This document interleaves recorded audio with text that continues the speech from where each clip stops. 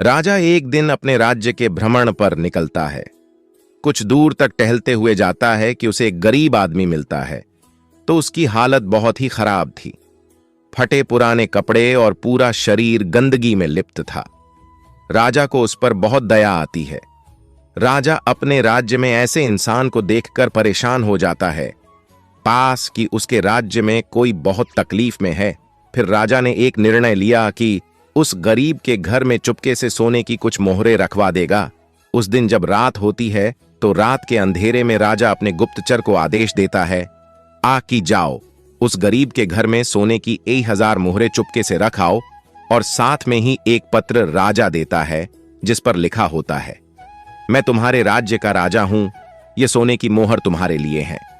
दोस्तों, राजा पत्र इसलिए रखवाता है कि गरीब आदमी इतने सारे सोने के मोहरें देखकर परेशान ना हो जाए।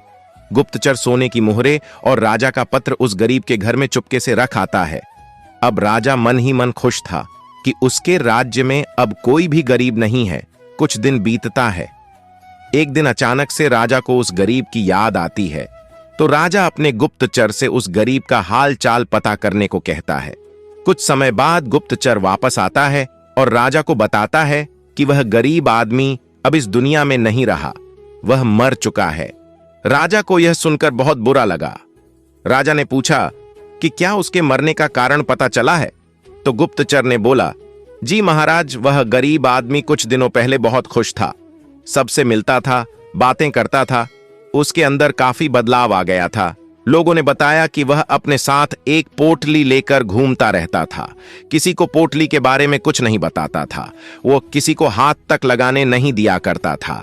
लेकिन महाराज पास के राज्य में एक दिन किसी काम से गया था तो उसकी वह पोटली कुछ लुटेरों ने चुरा ली, जिसके बाद से वह बहुत बेचैन रहने लगा था, पागलों की तरह बातें करने लगा था। लोगों ने बताया कि उसकी हालत पहले से भी खराब हो गई थी। पहले तो वह लोगों के बीच में बैठता भी था, बातें भी करता था, लेकिन जब से उसकी पोटली चोरी हुई तब से वह किसी को अपने पास भी नहीं आने देता था। इसलिए कोई चाहकर भी उसकी मदद नहीं कर पा रहा था। गुप्तचर पूरी बात बताते हुए राजा के सामने एक पोटली पेश करता है जिसमें 800 सोने की मोहरें होती हैं। राजा इन मोहरों को देखकर पहचान जाता है।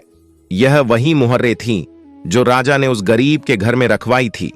परंतु राजा ने तो 1000 मोहरें रखवाई थी, यहां सिर्फ 800 हैं। राजा समझ जाता है कि वह गरीब आदमी 200 मोहरों की पोटली को लेकर घूमा करता था, जिसके चोरी हो जाने के बाद से वह सदमे में चला गया और आखिरकार उसकी मौत हो गई।